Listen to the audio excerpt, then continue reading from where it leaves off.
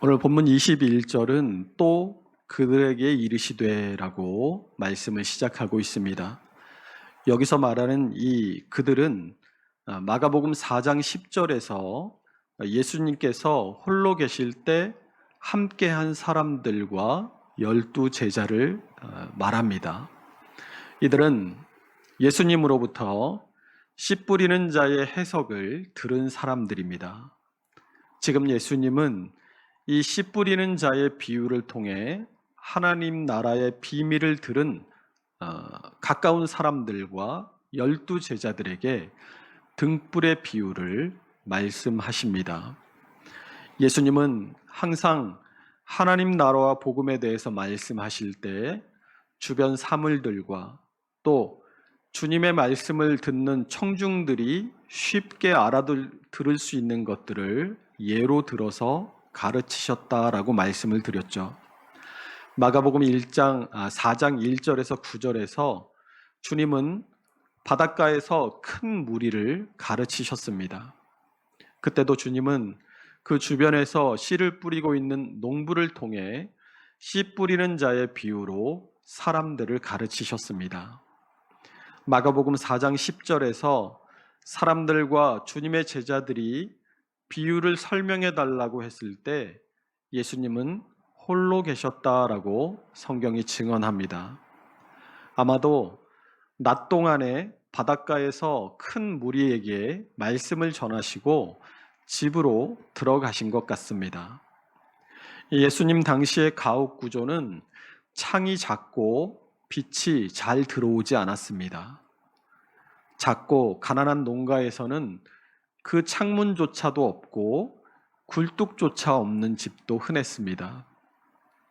그래서 당시에는 집안에 항상 등불을 켜두는 것이 일상이었습니다. 당시의 등불은 불을 켜서 집안을 밝히는 도구로 초기에는 이 진흙, 점토로 만들어졌는데 나중에는 금속으로 만든 등잔이 나왔습니다. 이 등잔은 보통 이 손으로 들 수도 있었지만 이 양초처럼 굳어 있는 형태가 아니라 이 올리브 기름을 태우는 형태라서 손으로 이 등잔을 들면 기름이 안에서 출렁출렁거려서 쉽게 들고 다닐 수는 없었습니다.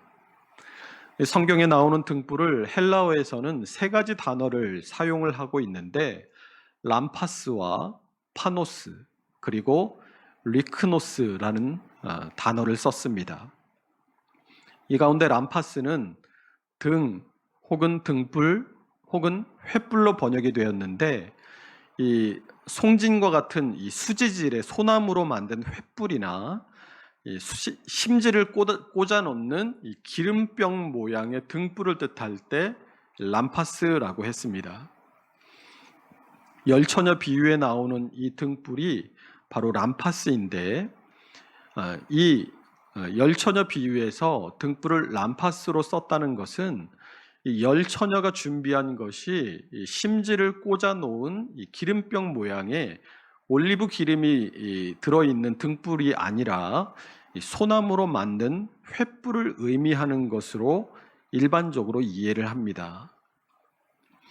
두 번째 단어인 이 파노스는 요한복음 18장 3절에 딱 한 번 나오는데 가룟 유다가 군대와 대제사장의 아랫사람들을 데리고 예수님을 체포하러 올 때 등과 횃불과 무기를 가지고 라고 할 때 그곳에서 한 번 쓰였습니다. 이 파노스의 원래 뜻은 빛 혹은 광채를 뜻하는데 그 원래의 뜻에서부터 햇빛이나 횃불, 불빛과 같은 이 아이사이트, 눈에 비치는 빛이라는 뜻으로 사용할 때 이 파노스가 쓰였습니다. 그래서 요한복음 18장 3절은 유다가 무리를 이끌고 예수님을 체포하러 오는 것이 보였다라는 뜻이 됩니다. 오늘 본문에서 등장하는 이 등불로 쓰인 리크노스 역시 원래의 뜻은 빛 혹은 등불로 번역이 되는데 이 초기의 단어의 의미에서 점차 시간이 흘러 후기로 이르게 되면 이 빛을 확산시키기 위한 이 등경이나 촛대 위에 올려놓는 기름 등불을 의미하는 것으로 그 의미가 굳어졌습니다. 그래서 성경의 사용 용례를 보면 마태복음 5장 15절에서 사람이 등불을 켜서 말 아래에 두지 아니하고 등경 위에 두나니 이러므로 집안 모든 사람에게 비치느니라 라고 할 때에 이 리크노스가 쓰였고, 또 오늘 본문에서도 역시 같은 의미로 리크노스가 쓰였습니다. 그리고 누가복음 12장 35절에서 종들이 늦게 돌아오는 주인을 기다릴 때 허리에 띠를 띠고 등불을 켜고 서 있으라 라는 구절에서도 리크노스가 쓰였습니다.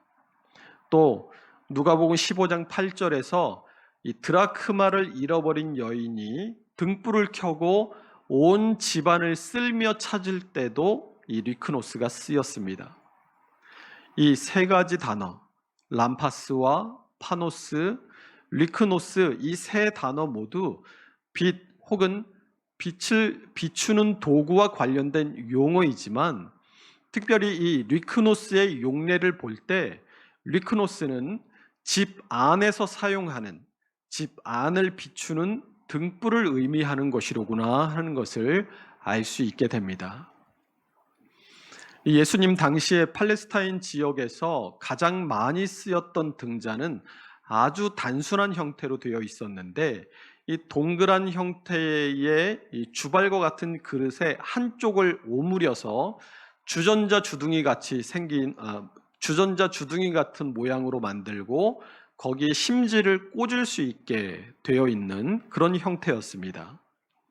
이 등잔은 앞서 말씀드린 것처럼 손으로 들 수도 있었지만 대부분 이 선반이나 등대 위에 놓고 사용했는데, 보통 집안의 벽에 이 등대를 켜 놓을 수 있는 이 등대를 튀어나오게 만들어 놓고 그 위에 올려서 밤새도록 등불을 켜두었습니다.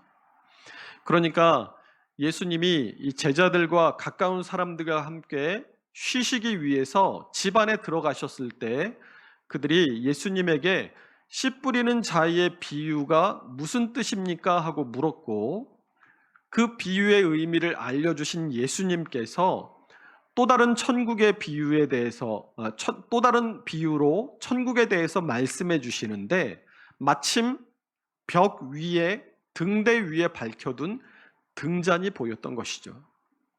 예수님은 다시 실생활과 아주 밀접한 이 등잔을 예로 들어서 천국에 대해서 말씀하십니다.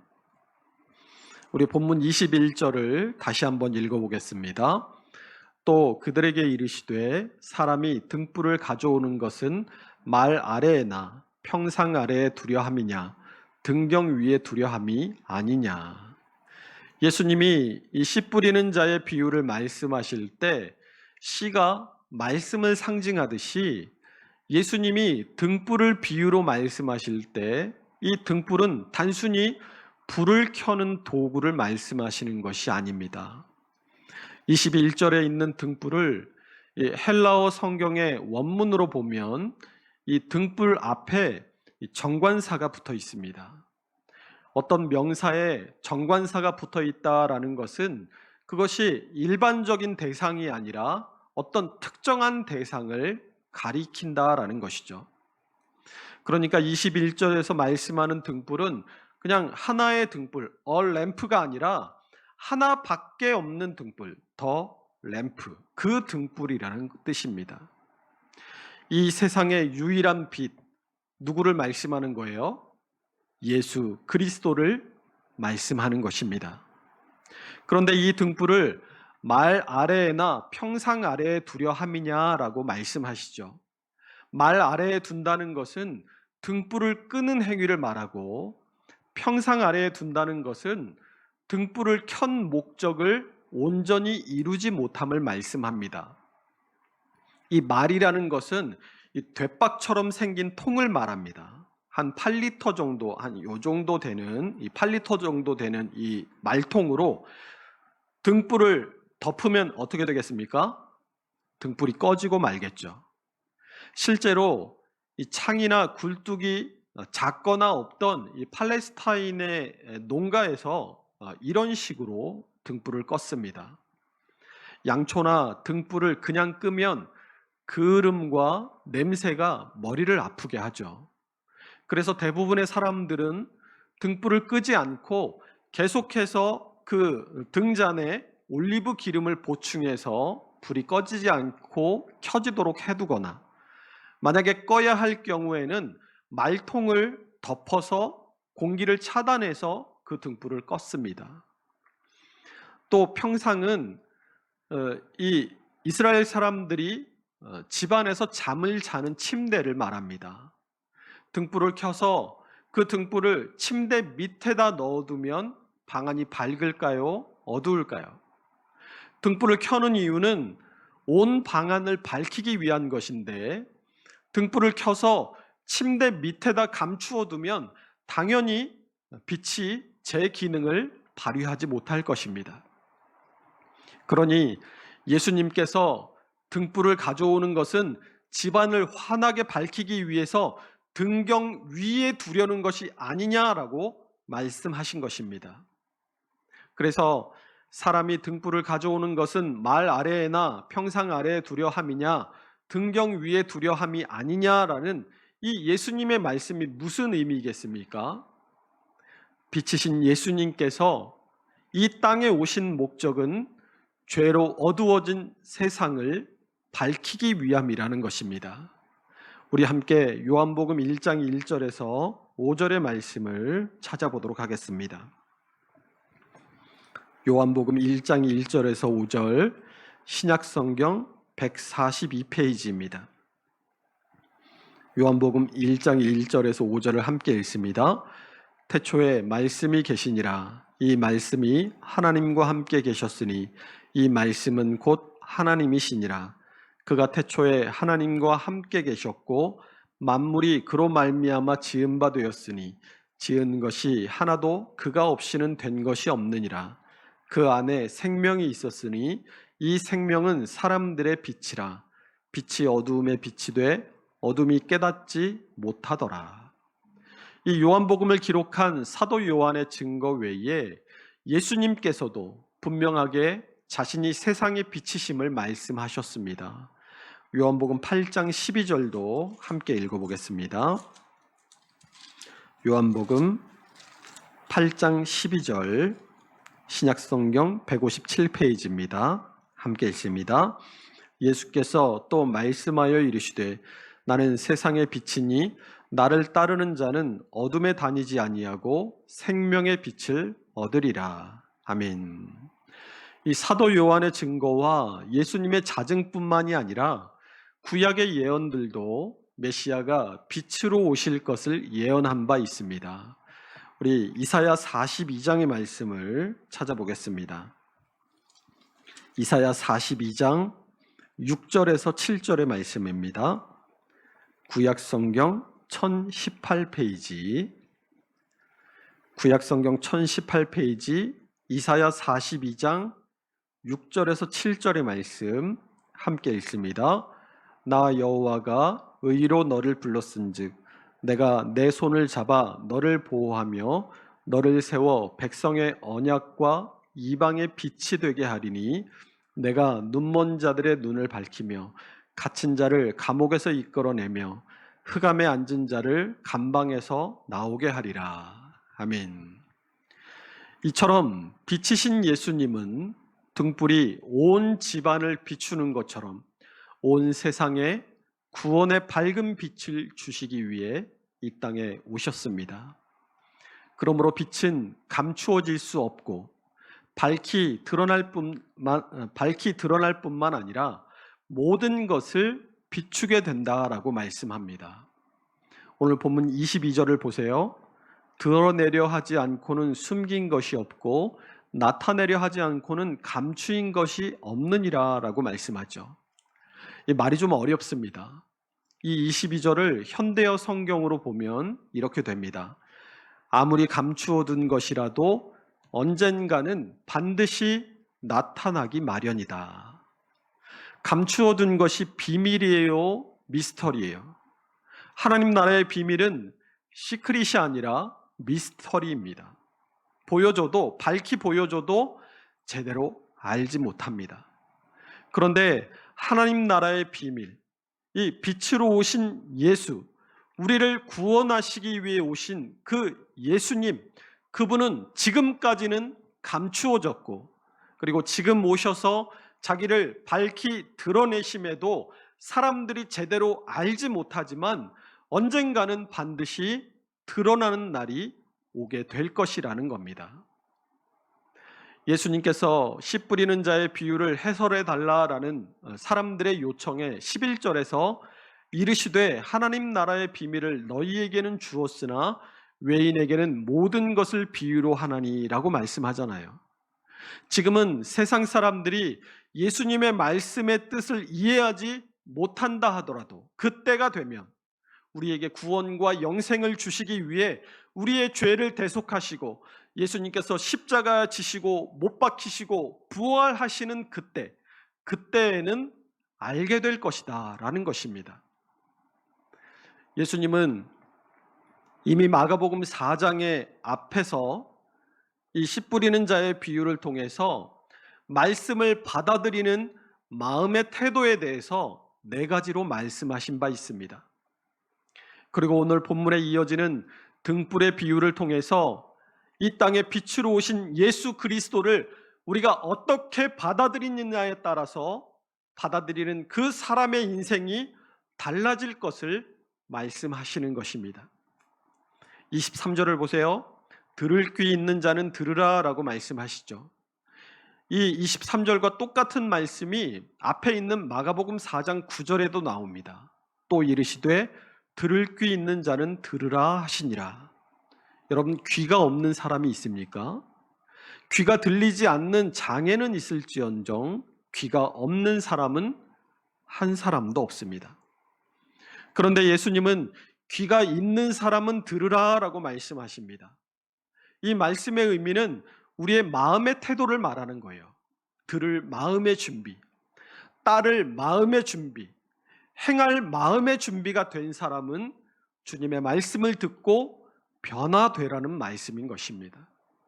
무엇으로 말입니까?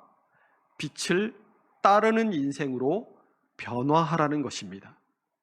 이 땅에 예수 그리스도라는 밝은 등불이 비춰졌어요.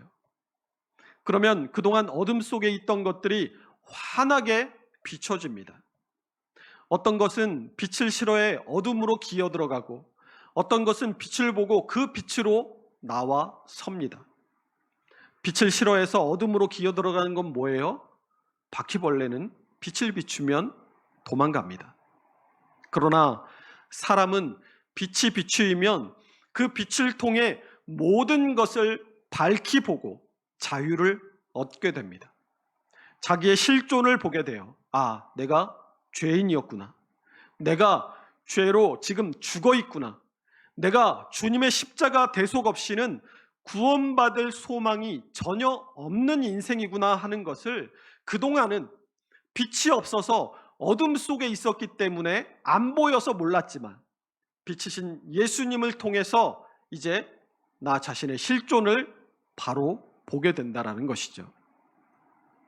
그리고 예수 그리스도를 믿고 의지하는 믿음으로 그 죄의 속박을 끊어내고 구원과 영생과 자유를 누리게 되는 것입니다. 그러니까 빛이신 예수님께서 이 땅에 오셨고 하나님 나라의 비밀, 이 미스테리는 예수 그리스도의 성육신과 함께 이 세상에 밝히 드러났는데 지금은 밝혀졌지만 아직은 미스테리인 이 하나님의 나라가 예수 그리스도의 십자가와 부활로서 성취되게 될 것임을 믿고 마음의 준비를 하고 주님의 말씀을 듣고 변화되라라는 것입니다. 그리고 이어지는 24절 25절에 뭐라고 말씀하십니까? 또 이르시되 너희가 무엇을 듣는가 스스로 삼가라. 너희의 헤아리는 그 헤아림으로 너희가 헤아림을 받을 것이며 더 받으리니 있는 자는 받을 것이요 없는 자는 그 있는 것 같이 것까지도 빼앗기리라 라고 말씀하십니다. 너희가 무엇을 듣는가 스스로 삼가라 라는 이 말씀은 무엇을 듣는가에 강조점이 있습니다. 뭘 들으라는 거예요? 하나님의 말씀을 들으라는 겁니다. 말씀이 육신이 되어 이 땅에 오신 예수 그리스도, 그분의 뜻을 따르라는 것입니다. 그 뒤에 뭐라고 말씀해요? 너희가 헤아림을 받을 것이며 더 받으리니 있는 자는 받을 것이요 없는 자는 그 있는 것까지도 빼앗기리라 라고 말씀하죠. 예수 그리스도의 복음을 듣고 그것을 받아들이는 사람들의 마음의 자세에 대해서 말씀하십니다. 이 마가복음 4장의 비유들은 하나님 나라에 대한 비유라고 말씀을 드렸죠. 하나님의 나라는 주님의 말씀으로 세워지는 나라입니다. 그러나 주님을 거부하고 주님의 말씀을 따를 것을 거절하면 길가나 돌밭이나 가시덤불처럼 그 씨앗, 말씀까지도 빼앗기게 될 것을 말씀하는 것입니다. 빛으로 오신 예수님은 우리를 빛으로 부르십니다. 요한복음 9장 5절 말씀이 내가 세상에 있는 동안에는 세상의 빛이로라 라고 말씀하시고, 마태복음 5장 14절에서는 너희는 세상의 빛이라 산 위에 있는 동네가 숨겨지지 못할 것이요 라고 말씀하십니다. 주님께서 이 땅에 빛으로 오시고 빛으로서의 사명을 우리에게 위임하시고 하늘로 올리워 가셨습니다. 권위는 권위자에게 있지만 때로는 권위자의 위임으로 발생합니다. 우리 중에 나이로만 따진다면 우리 작년 성도님들 가운데 나이로만 따진다면 제가 나이가 어린 편에 속할 겁니다. 그런데 왜 모든 분들이 저에게 존댓말을 하시고 저를 존중하십니까? 하나님께서 권세를 위임하신 목사이기 때문이죠. 이처럼 세상의 빛으로서의 권위를 위임받은 우리는 이제 빛으로 살아가야 하는 것입니다. 에베소서 5장 8절 말씀이 너희가 전에는 어둠이더니 이제는 주 안에서 빛이라 빛의 자녀들처럼 행하라 라고 말씀합니다. 이 에베소서 5장 8절을 헬라어 원문에서 직역해 보면 너희는 빛이다 라는 선언이에요. 그래서 주님의 부르심을 받은 우리가 고민해야 할 것은 내가 빛인가? 내가 빛이 아닌가? 이게 아닌 거예요. 우리는 이미 빛이라고 주님께서 선언하셨습니다. 이제 우리가 고민해야 할 것은 내가 빛인가 빛이 아닌가 그것이 아니라 그 차원을 넘어서서 내가 빛으로서의 역할을 잘 하고 있는지 아닌지가 되어야 하는 것입니다. 내가 지금 빛으로서 하나님의 나라와 복음을 지금 잘 비추고 있는가? 내가 예수님을 세상에 잘 비추고 있나? 이게 우리의 고민이 되어야 하는 겁니다. 우리 주간 기도 제목 가운데 두 번째 제목인 성도를 위한 기도의 제목이 뭡니까? 2년 내내 기도하고 있는 제목이 바르게 신앙함이 무엇인지를 고민하며 발견하게 하시고 날마다 예수님 닮아가기를 소원하며 노력하는 성도들 되게 하옵소서, 이거 아닙니까? 우리의 고민은 내가 빛으로서의 역할을 잘 하고 있나? 내가 바르게 신앙하고 있나? 바로 이것이어야 한다라는 거예요. 주님은 이런 우리의 고민에 대해서 뭐라고 말씀하십니까? 우리 마태복음 5장 15절을 함께 찾아보겠습니다. 마태복음 5장 15절 신약성경 6페이지입니다. 마태복음 5장 15절 한 절을 함께 읽습니다. 이같이 너희 빛이 사람 앞에 비치게 하여 그들로 너희 착한 행실을 보고 하늘에 계신 너희 아버지께 영광을 돌리게 하라. 아멘. 우리는 어떻게 빛으로서 살아갈 수 있습니까? 사람들은 항상 그리스도인인 우리를 지켜봅니다. 그리고 우리를 통해 하나님을 평가합니다. 우리가 어떻게 사느냐에 따라 하나님의 영광을 해와 같이 빛내는 사람이 되느냐, 아니면 하나님의 영광을 먹구름과 같이 가리는 사람이 되느냐가 달려 있습니다. 그러면 세상 사람들이 보기에 착하기만 하면 될까요? 아니죠. 여기서 착하다, 이 선의 기준은 어디에 있죠? 하나님에게 그 선의 기준이 있는 거예요. 세상을 향해서 착한 행실들로 하나님께 영광을 돌려야 함이 마땅하지만 세상의 가치와 하나님의 가치 기준이 충돌할 때에는 하나님의 기준을 따르는 것이 당연하다는 것을 우리는 잊지 말아야 합니다. 우리가 그리스도인으로서의 합당한 삶을 살아내지 못한다면 그것은 마치 등불을 말 아래에 두어서 꺼트리거나 평상 아래에 두어서 제대로 비치지 못하게 하는 것과 같은 일일 것입니다. 목적을 온전히 이루지 못하는 삶을 살아간다는 것이죠. 우리는 우리가 비추는 것이 무엇인지를 분명히 알고 나의 행실을 통해 우리가 우리의 삶을 통해 비추어야 할 주님을 밝히 비출 수 있어야 할 것입니다. 등불 되신 주님을 등경 위에 두는 것, 우리의 삶의 중심에 그 빛이신 주님을 두는 것에서부터 하나님 나라를 밝히는 빛으로서의 우리의 삶은 시작되는 것입니다. 우리 모두가 우리의 마음과 삶의 중심에 주님을 모시고 그 주님을 밝히 드러내는 삶을 살아가는 믿음의 사람들이 다 될 수 있으시기를 주님의 이름으로 축원합니다. 기도하겠습니다.